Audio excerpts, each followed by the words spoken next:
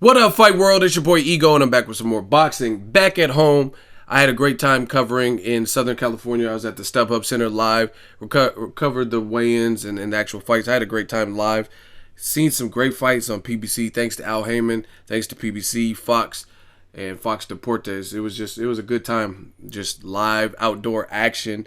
I believe the first three fights that they showed, I don't know, I haven't watched any. I haven't even watched the Showtime James DeGale Badou Jack card, but I haven't watched this fight since I've been home. I've just been kind of resting and getting ready to work on some things.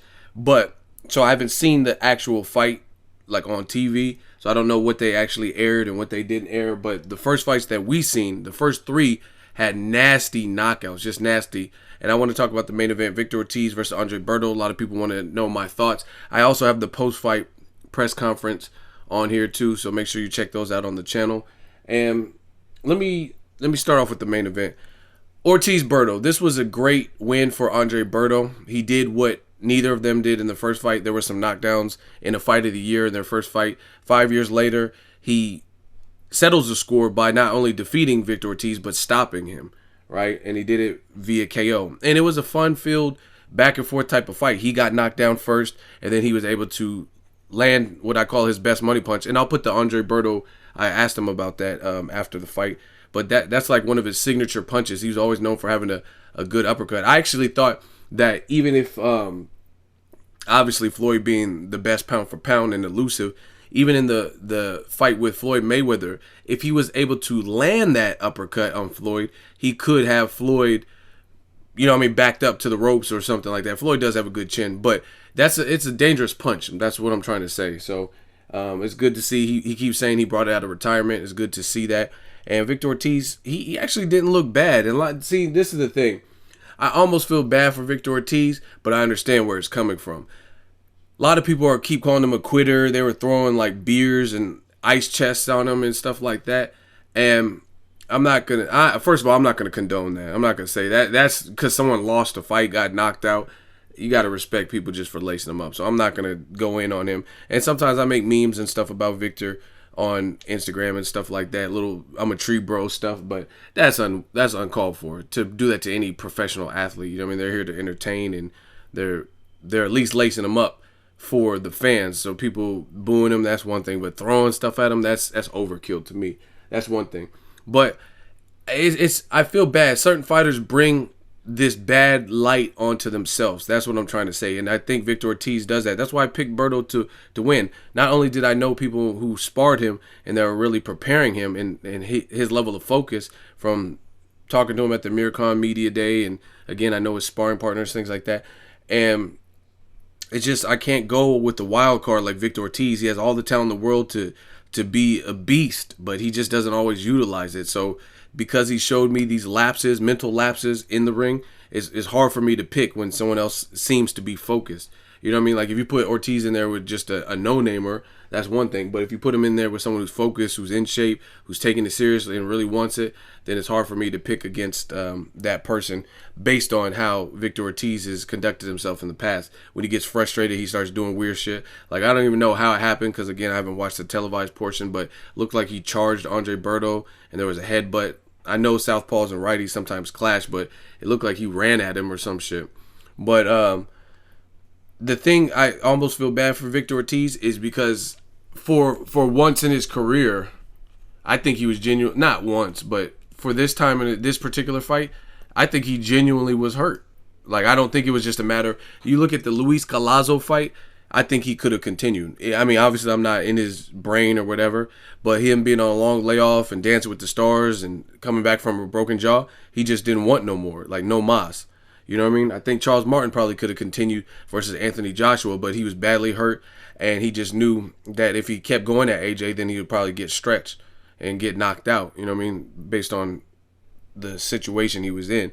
And I think Victor Ortiz, Maidana, that was a fight, I don't even know the scorecards, but he was arguably winning that fight. He knocked Maidana down like 3 times in that fight.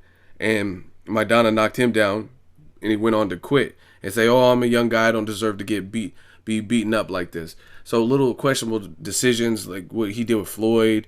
You headbutt him and then after you foul him, you're trying to overly kiss and make up. And just decisions like that. Josito Lopez, I remember he started getting frustrated in that, started rabbit punching Josito. So he has a long line and a long string, a rap sheet of behavior like this where his mental game is weak. You know what I mean? He takes himself out of fights by doing stuff that could get you disqualified, points taken away, quitting, you know what I mean, those types of things.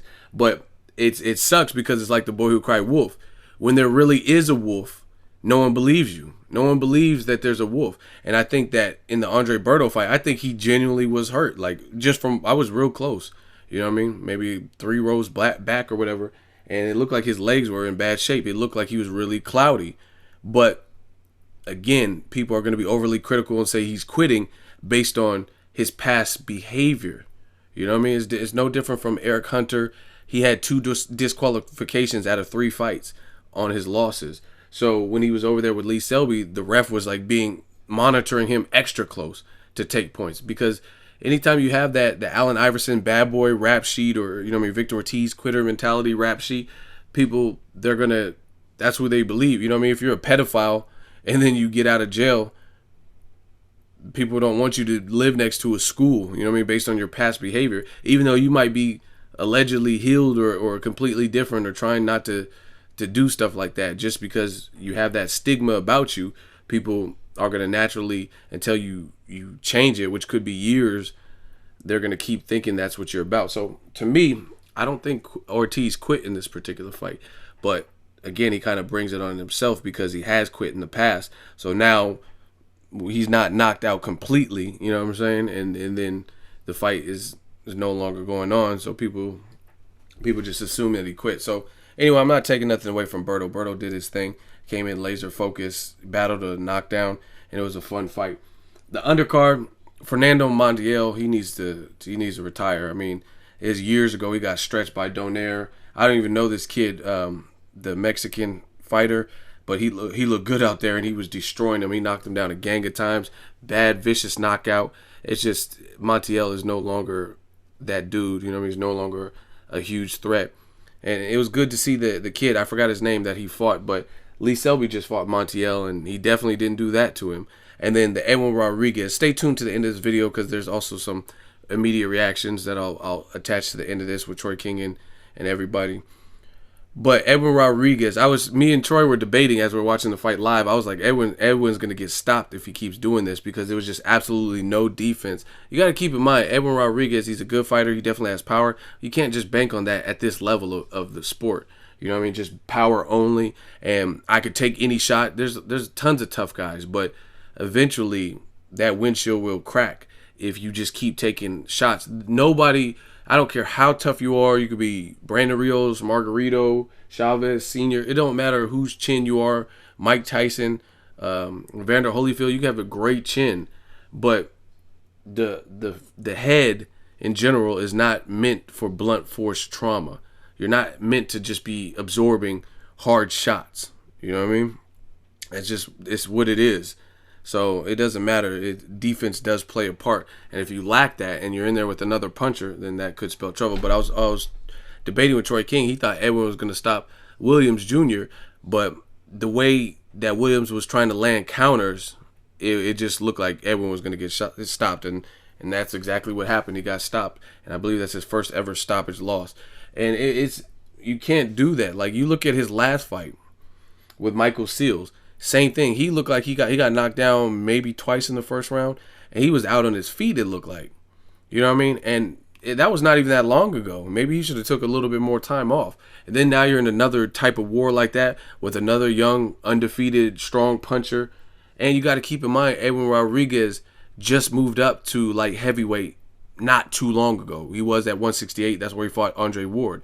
And you have to keep in mind that he failed to make weight in the Andre Ward fight at 68. He failed to make weight this time and had to weigh, initially, and he had to weigh in naked or something like that at the weigh-in.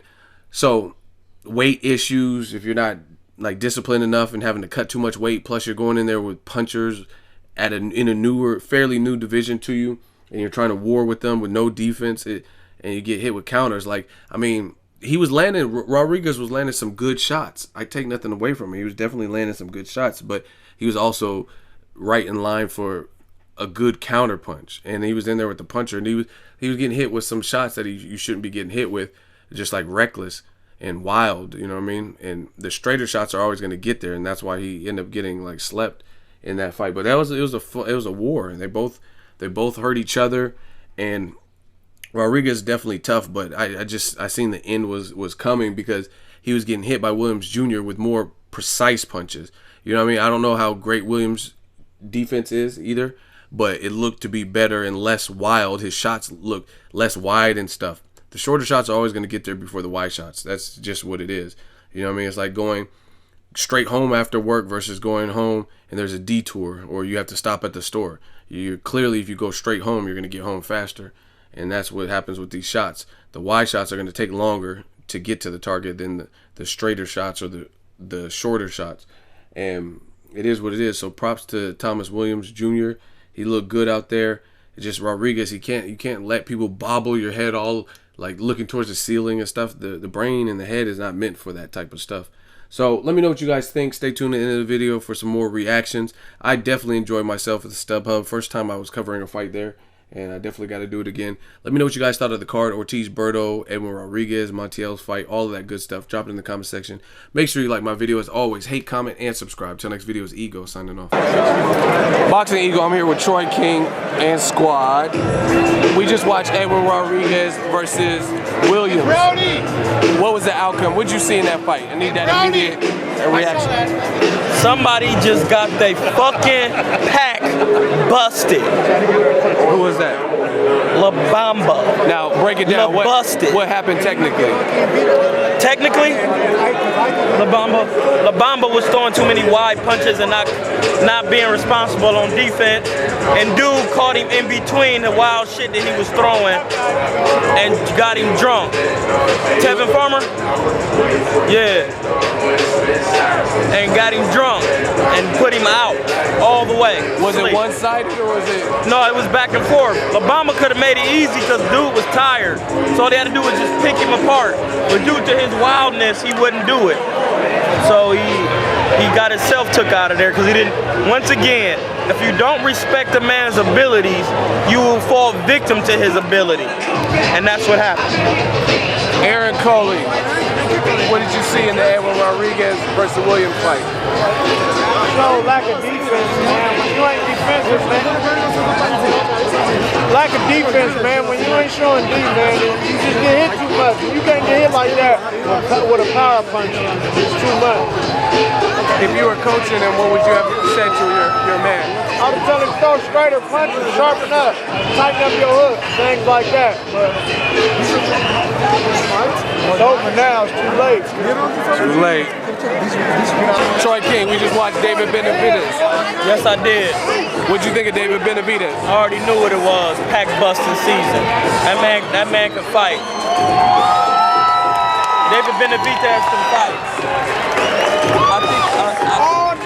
I think he's better than his older brother. Oh, you like him better than Jose? He better than Jose. Jose ain't got no pop. Now, what did you like? What did he do in there? Jose lost to Mauricio Herrera. Jose did. He's sweet. Jose? He ain't sweeter than Dave.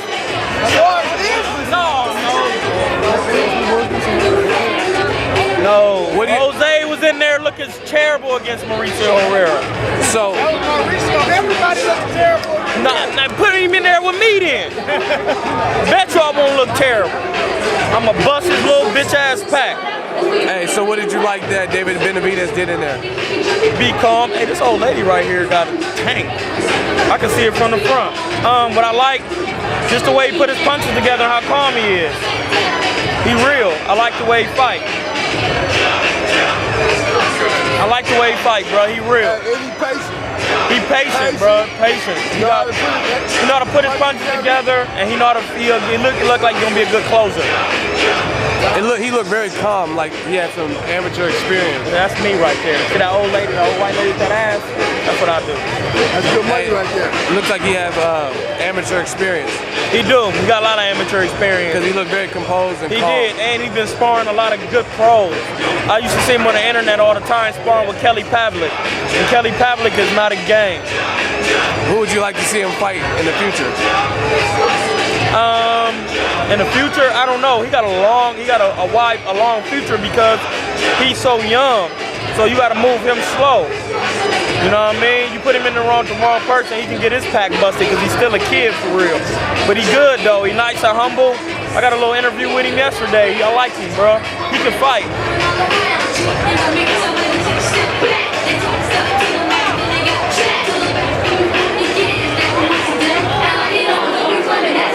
I'm about to get that old lady.